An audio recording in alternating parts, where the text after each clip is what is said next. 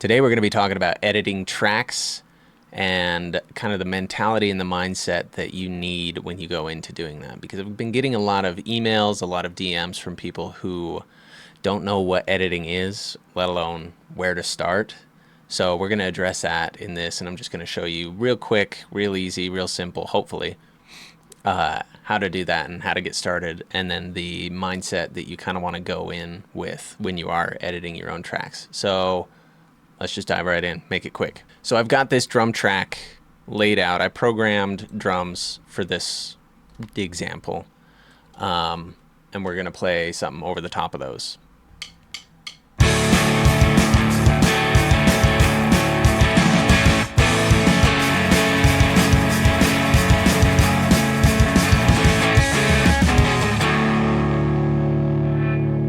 Okay, that should be bad enough to prove the point. Let's edit our guitars. So first things first, we are aligning with our drums. And in case you can't tell, or you can't see, I don't know if you can, I have a second monitor showing my drums down here. So I have my guitar and the main sequencer that you can see up here. And then down here, I have a second monitor that is showing me just my drum layout. So essentially what we're looking for is each hit is going to be the peak, or kind of the like opening of the peak, or the more dense part of the waveform. So we're looking at each of these dense sections. These are our strums. Each one of these sections is our strums. That's what we're looking at. Now, we don't want things perfect. Never, never, never, never have anything be perfect. We are looking for believable more than anything. Did I actually play that? Is it believable that I actually played that? I know it sounds horrible to a performer. That sounds horrible to a performer. But if you are in the studio, you cannot come into the studio with a performer's mindset. You are coming into the studio with a session player's mindset. You're not in here to play a show. You're not in here to be a one-take wonder. You're in here to get the best performance you possibly can out of you. Whether that happens in one run or, 20 segmented takes, it doesn't matter. Just you're trying to get the best, most believable, most energetic, most magnetic performance that you can get. And you're trying to put that into the DAW. That's your goal. That's what you're trying to shoot for. So we're aligning to our drums. So here we got a little bit ahead. We'll pull that back. And what you'll notice here is we are clipping it. We're sliding it. If you use Studio One or Fender Studio Pro, that is, I'm holding Shift and I'm sliding it over. And when I hold Shift, it doesn't snap. But if I let go of Shift, it snaps. Doesn't matter. It's probably different. It's definitely different for your DAW. But we are clipping. We're sliding it over to where our drum hit is. Again, I look at that. I confirm it. And then we crossfade. Now, when we crossfade, we don't just leave a linear crossfade. And in case you don't know what a linear crossfade is, that's a linear crossfade. This is exponential. Linear is the straight lines. We don't want linear. Linear, here it will sound fine because we have a duck or a mute. That'll sound fine. But anywhere else, it's going to sound bad. So let's jump over here. We'll go back to a linear. And essentially what you're going to get here is you're going to get a dipping in the volume. Right? You hear that? We can even accentuate it more. Really bad. But if we pull this up and we kind of blend them together, no dipping. And that really is our goal, is we're just trying to hide these edits within all the noise and all the context of everything that's happening. That's our ultimate goal.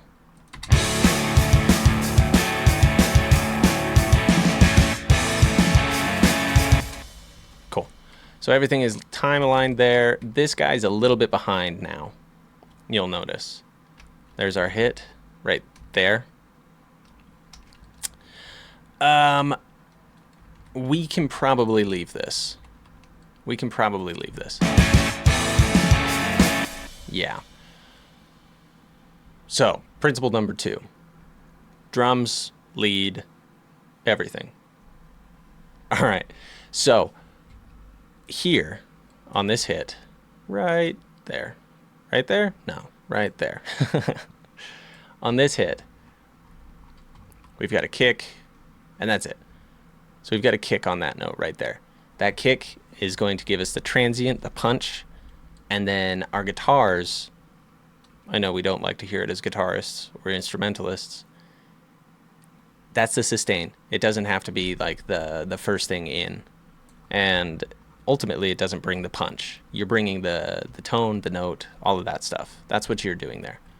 Now, because of that, the drums can come first. And our instruments have this freedom to kind of play around and work around those drums. So,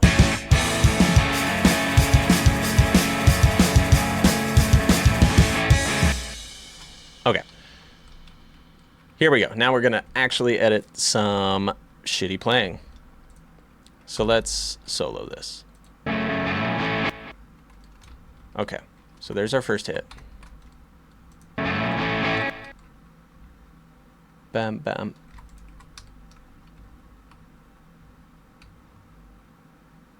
Okay, gosh. So that hit needs to be like back here. And again, we can look at our drums for confirmation of this. We've got a hit here. Sorry, I'm getting ahead of myself here. We've got a hit here, our downbeat. And in this section, luckily, our guitars are following the drums. So we have our downbeat, right? Let's come over here. Make this pretty. So we have our downbeat, boom, boom, right there. Which is right there, is our second downbeat. Bap, bap.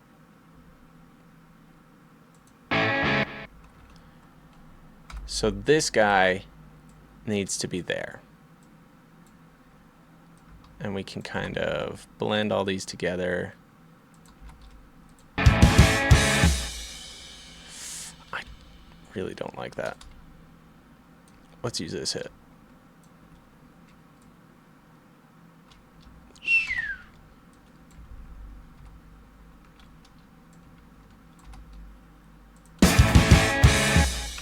Okay.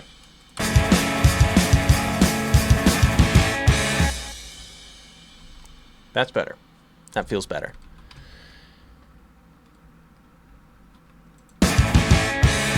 Okay.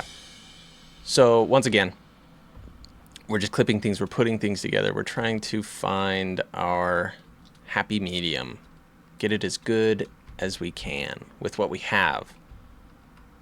Because I mean, if you're doing this on your own, you fully have the ability to retrack, and honestly, you probably should. If it's something this bad and this out of tune, you should retrack it and get it tight, get it perfect. Not perfect, but good. But if you're just a mix engineer, you just have to work with what you got.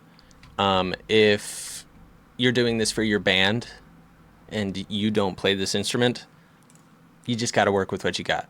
And in this case, it does not sound amazing. Actually, it does. It does sound good. You can feel like it feels a little rushed. It feels a little wacky wonky. But to be honest, it kind of works.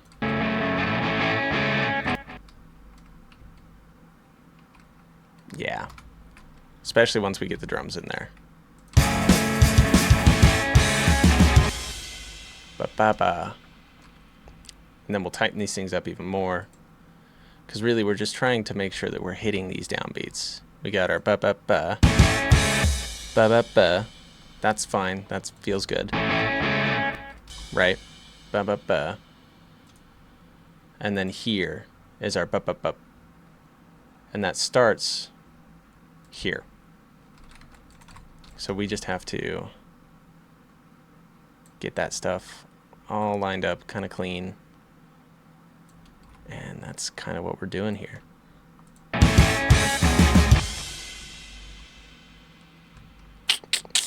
We don't like that. Let's try that. There we go. And then we are lining that up there.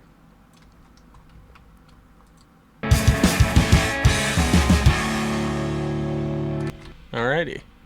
So, ultimately, we're just trying to make it feel nice. Kind of by whatever means necessary. Now, I will point out, there is a quantize button in every single DAW. Okay? In Studio One, it just so happens to be you right-click on the track, event, quantize. And you can kind of adjust this. I mean, there are also other tools. I'm not going to show them here because honestly, I don't like to use them.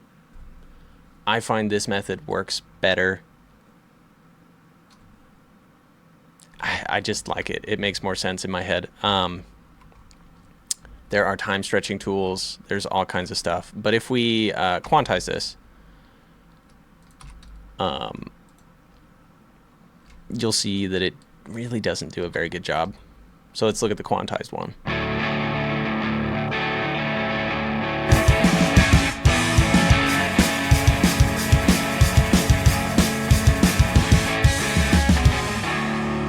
Because again, it doesn't know. It doesn't know what it's doing.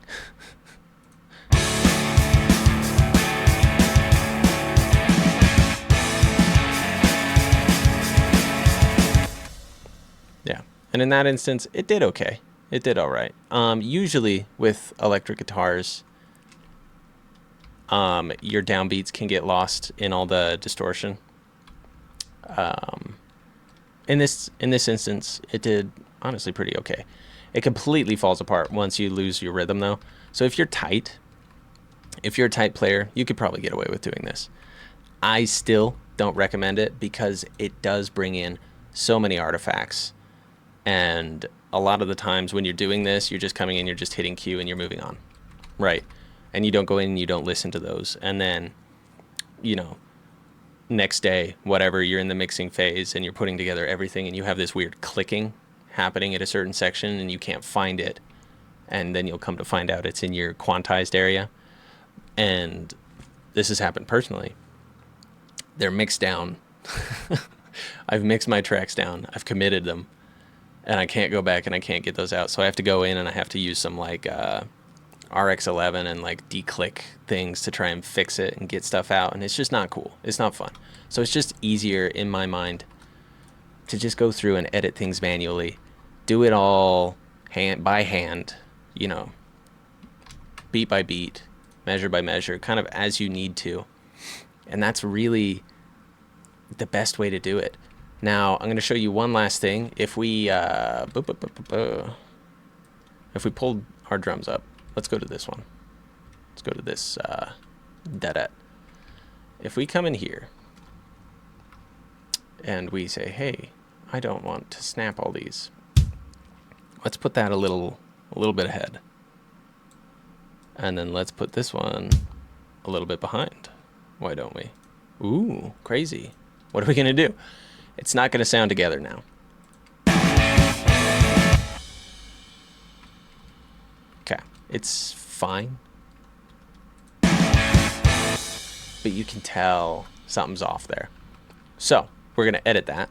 We're going to fix it. And we can come in and we can kind of play around in time align, find our hits, right? So that's our hit. Now this dude needs to go to there. Woo. That's our guy. Right there. Right? Right. Okay, there's our first one. We gotta find our second one. And get our second one lined up. More or less. Not there. More or less right here. Okay. Big swings. All right. Let's see how this sounds. You know, not great timing wise, but again, they're together. So if we put that in context,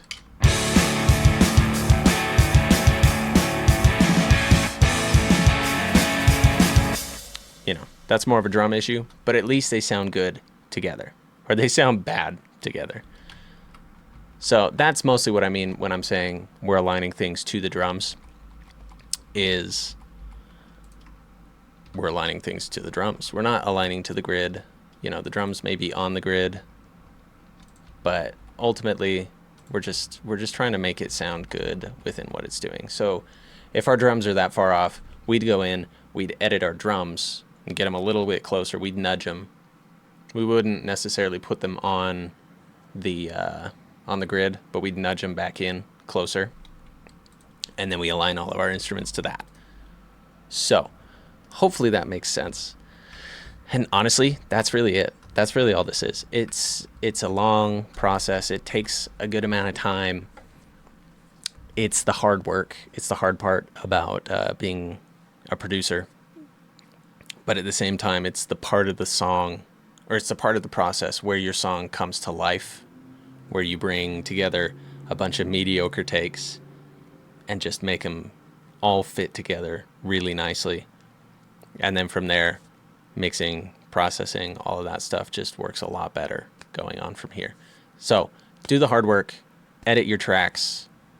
Please edit your tracks. And hopefully this was helpful. Give me a comment, you know, fight me if you hate the way I do this. I'll fight you back. Yeah, subscribe, give me a like, do whatever you do. I don't care. Bye.